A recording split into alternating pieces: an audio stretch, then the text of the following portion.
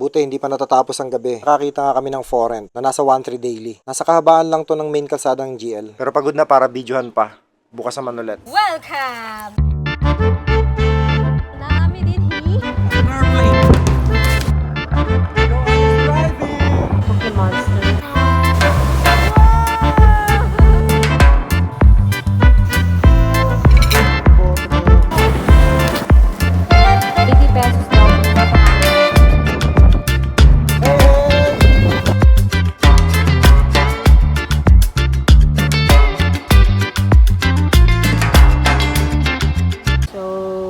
Ayan yung nahanap namin tulugan kagabi. And we had a good night rest.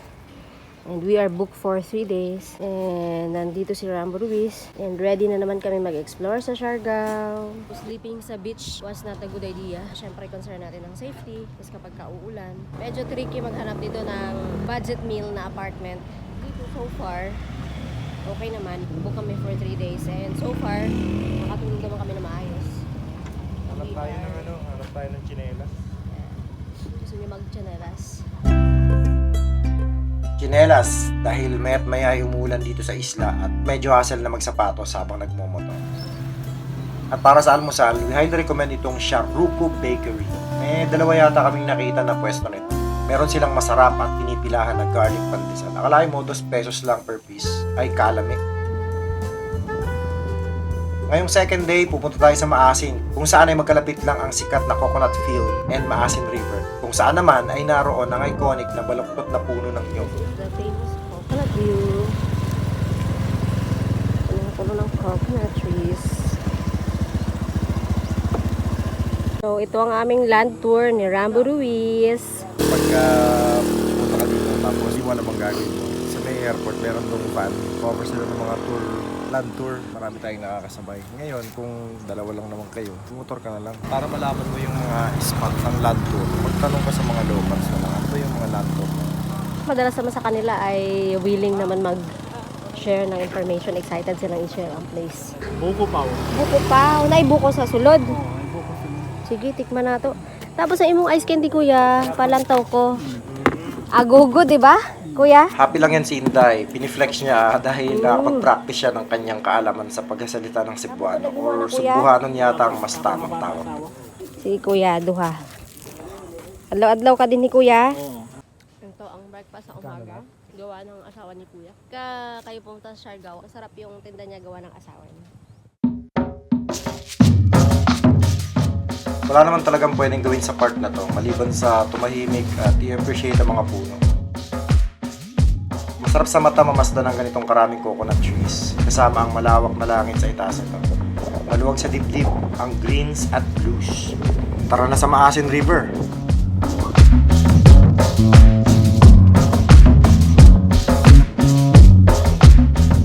Ang totoo niyan, ayon sa mga locals ay mas makapal pa noon ang mga coconut trees dito sa isla before na nalanta ang bagyong ulit. Kapsat, nagbayad dito ay Siargao. One! Bali kayo ah.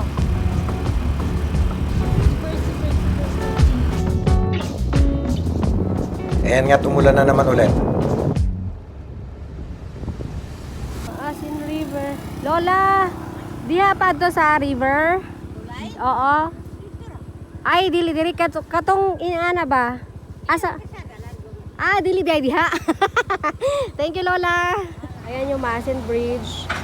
And nandito tayo. Malapit lang pala talaga siya sa tulay. Ni ma'am, ang mga activity dire una kanang river crossing. River crossing. 15 minutes pa paingon dito sa Secret Lagoon. Mao ni ang lagoon ma'am, gamay lang tapos lindot kayo ang tubig. Dili na nasikit kuya, kaya tuwan man na mo. Oo, kung matuan na ma'am. Tapos magbalik pa, dili na po mo iagi sa kanang kuan taga buksay ninyo. Dili na mo iagi sa jumping board, mag-ambak-ambak. Sa malagi ka, ay, dili man na iba yan, nahirapan ako sa Cebuano. maura gyapon ma'am. Maura Japon na. Oo, maura gyapon ni na ubang tinig siya na mga Di ay. Unya, tagpila man na kuya. Ini good for 3 ma'am, 550. Tulo na katao. Dura naman may kuya, basi Maura kwan. gyapon ma'am, kay private man ma'am. 20 pesos, pero pictorials lang. Ang gusto ko kagay kay ate, yung ganun. Yun. Pagka yun, 500 daw yan. Ay, wala kang driver. Ira, lagi. Oh, that is our boat. That's the boat. Tapos, nagulat kami, dalawa pala sila. Si Kuya o si Ate. Rambo Ruiz ay Vest on vest. vest Ito on na vest. yon, ang Maasin River. Maganda ang pagkaberde niya at malinis. Day, buhay pa ka, Day? Buhay pa. Ito yung tour na hindi ko alam na nag-exist, which is pretty good. At kasamang dalawang bihasang bangkero, we felt safe.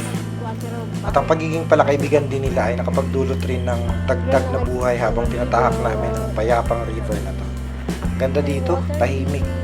Kami nga lang yata yung maingay.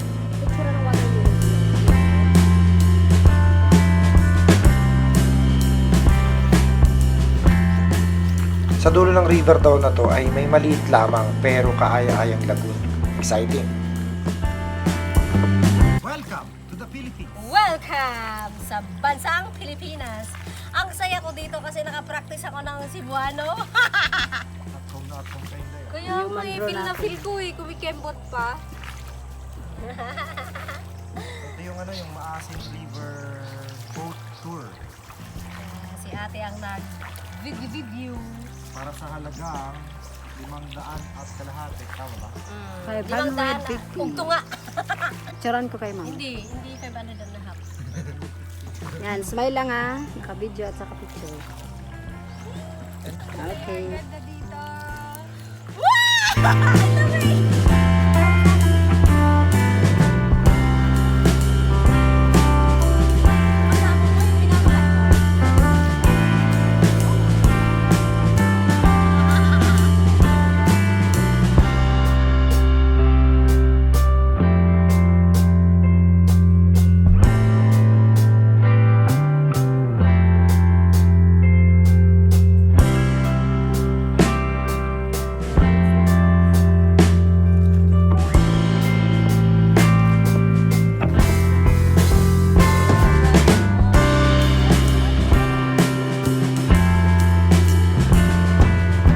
This is the lagoon. Hi! Kabalo ka mo, Salom? At Mulangoy? narito na nga kami sa totoong maliit nga lang na lagoon. Pero napakalinaw, napakalinis at talaga namang refreshing bumabad.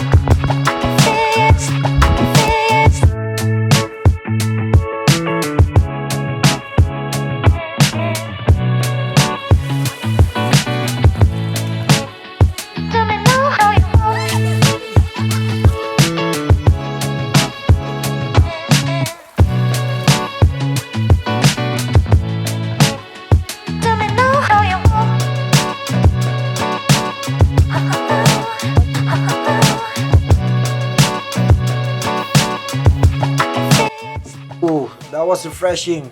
Nung may dumating na next batch ng tourists ay umahon na din kami para naman masolo rin nila yung lagoon. Sarap doon. Dito tayo ngayon, pabalik na mula sa lagoon. Kung saan tayo na-refresh kasama ng fresh buko. Ang sarap din ng experience. I like it. Ang isa sa mga susi para magkaroon ka ng masayang experience sa ganito ay huwag mong awayin ang mga bangkero mo. Grabe awayin. At, Huwag ka masungit, di ba? at dito sa Siargao ay mababait ang mga bangkero. Si Kuya Ting, tsaka si Ate Rosel. Sila ang aming mababait na tour guide, partners. Nagkataon lang sa pila. Partner. Sana ano kami sir na kami Nagkasundo kami na biyahe kung namin. kasagwanan niya, sama ako. Kung Ah, sa kapilahan ko na, sama siya. that's nice. Dito yung dulo, yung start ng tour. Tapos, bago pa umalis ay nag-swimming pa si Joanne sapagkat siya si Joanne. Ito yung sikat na naka-bend na coconut. Ayan. Yung pinagtataningan ng mga turista noon. Dahil sa Bagyong Odette natanggal yung kanyang tali.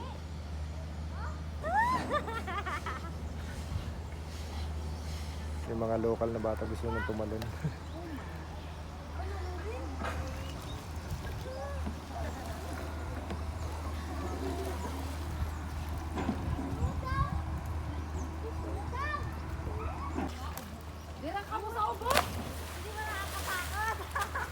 Kaya mo yan, Day. Go.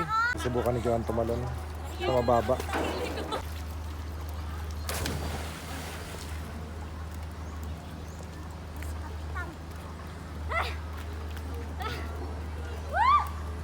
I'm done!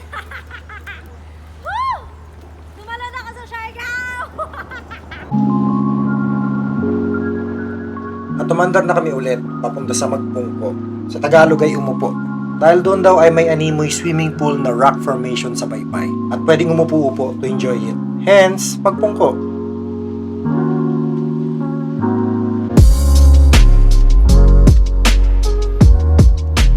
Na 18 kilometers din papunta doon kaya tinanghali na rin kami nung makarating. At hindi na namin naabutan ng pool dahil mataas na ang tubig. Ito yung papuntang Magpungko. May bayad dito na 120 pesos para sa 2 tao. Para sa entrance fee. And then, motorcycle parking, 20. 20. Gutom si sir. 25, sir. Sige. Pinaka-order na. Salamat. Tanghaling tapat. Andito kami sa Magpungko pool. Magpungko Pool. Dahil merong part dito na Parang cove swimming na pool. para siyang swimming pool. Natural. Kaya lang, nung nag-arrive kami ay high tide na. Yan yung pinaka-pool, yan yung loob na yan.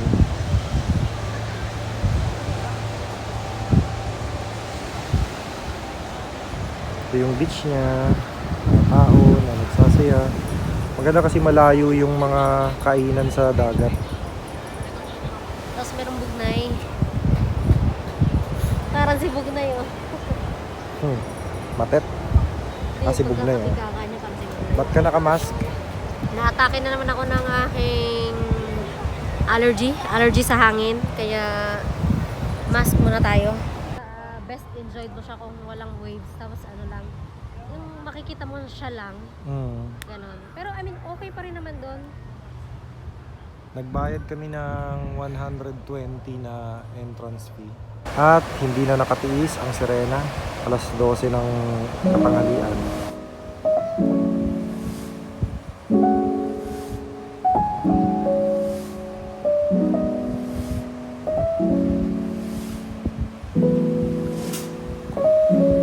Ako yung tattoo niya.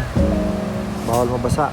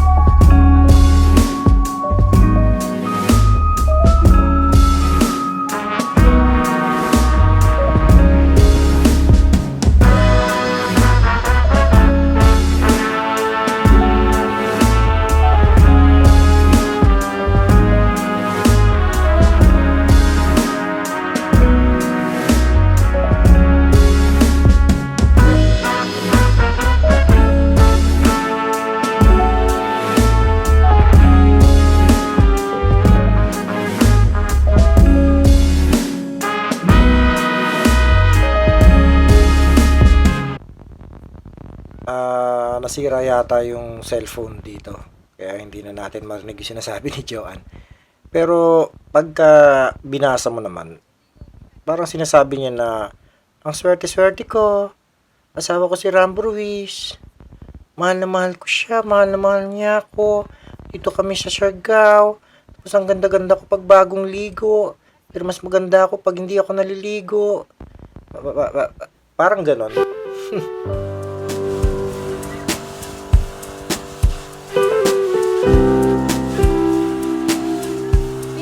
Dito sa Siargao ay sobrang init.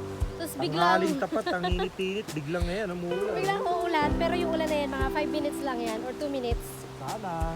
Tapos, okay ka na. Oo, malakas oh. Uulan. Kaya tayo magkasakit na ito. At kaunting usad pa, dry na naman ang kalsada. Alright!